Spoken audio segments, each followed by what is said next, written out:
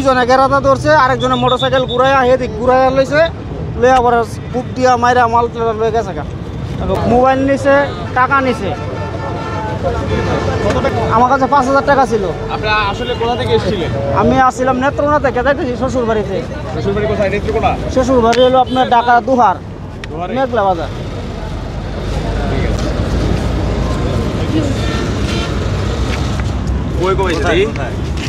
মনে আমার লাগছে, মনে হয় এই জায়গাটার মধ্যে দুধটা লাগছে।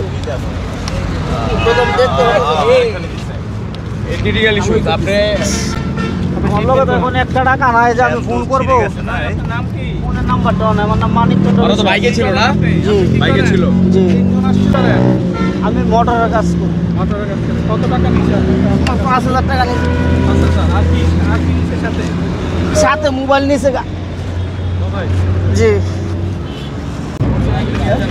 একজন একটু কাউকে দিয়ে একটু পাঠিয়ে দেন কাইন্ডলি। না, ওনাকে একটা গাড়ি দিয়ে আপনারা পাঠিয়ে দেন, আর না হলে আমরা লাস্টের দিকে পাঠিয়ে দিই।